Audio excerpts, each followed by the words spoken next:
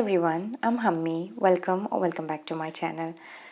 I have not been making any videos since October. The last video that I made was for October and it was a budget with me for the month of October. And then I got sick. 2023 was a year where I had been sick for most days. So intentionally I took a break. And then when January came, I thought I would make a video about my financial goals for 2024. Also, I wanted to do a video updating if the conscious spending plan that I started implementing into my budget in the month of October was working for me or not. But to be very honest, I was starting to feel doubtful. I started to feel like how I felt when I made my first YouTube video.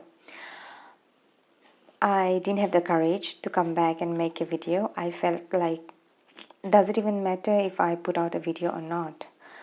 I was waiting for that day when I would get back the courage to come here and make a video. But then I thought, if I wait, I'll keep waiting.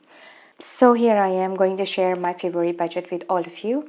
And also, I want to say that yes, the conscious spending plan that I started implementing in the month of October is working with me. Of course, I tweak the percentages because my income is not the same every month. I have three sources of income and the salary that I get is consistent. The amount is the same. But the other two is one is from my private practice and one is from the rooms that I've rented out. So they keep fluctuating every month. Therefore, the percentages also keep changing. But yes, I'm still using the conscious spending plan into my budgeting system. In the month of February, I had two sources of income, that is from my work and from my private practice. So this work salary is fixed. This is the amount that I get every month. Every year we have a 5% increment. That is the only time when my amount changes. Other than that, once the increment happens, the amount remains the same for the whole year. I am an employee of the state government and the amount that we get as a contractual employee is not even half of the amount that a regular employee gets. The second source of income is from my private practice. I have a private setup. I do not share the whole income that I get from my private practice. This is the amount that I'm using from my private practice income to budget for the month. I took out a loan to upgrade my business and I have shifted now to the new place. It's so much bigger and it's better.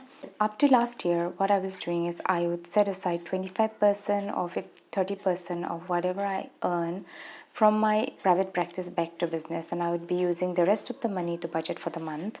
But from this year on, since the setup is so much more bigger and there are more expenses, so what I'm doing is I am taking out 40% of whatever I make from my private practice and put that back into business. I only use 55 or 60% of whatever I make from my private practice to budget for any given month. So the total amount that I'm using to budget for the month of February is 55,860 rupees. The first category is my savings and investment, and into my savings and investment I have decided to put 10% of my income.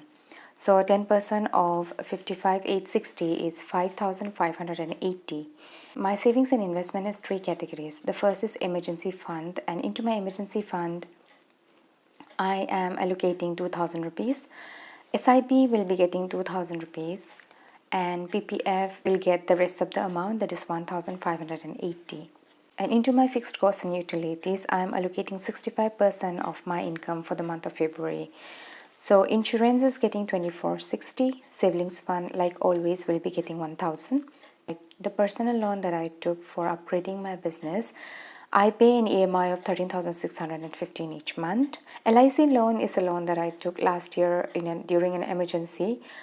So for this I am paying 1,000 rupees each month, and 1,000 is only the minimum deposit. Whenever I have extra money I put more into it, but 1,000 is what I put every month no matter what. This is the budgeted amount for that. Room rent is 4,500, subscription is 1,800. Ration will be getting 3,000. Food and groceries is getting 3,520. And for my food and groceries, I always allocate 5,000 rupees each month. But I had some leftover from the month of January, so this month I'm only allocating 3,520 rupees.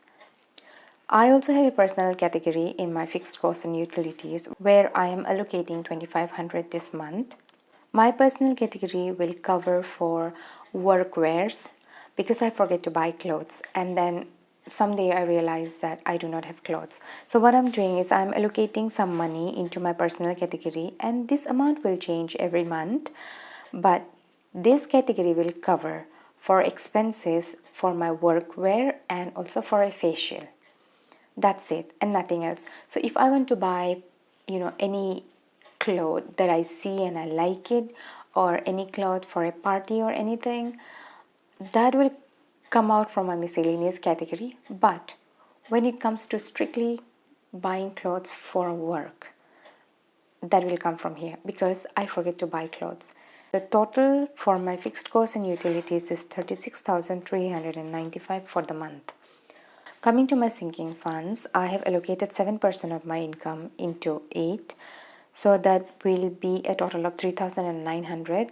Out of that, what I have done is for car maintenance, I have allocated 1,000, health and medical 1,000, pets will be getting 900, and vacation will be getting 1,000 rupees.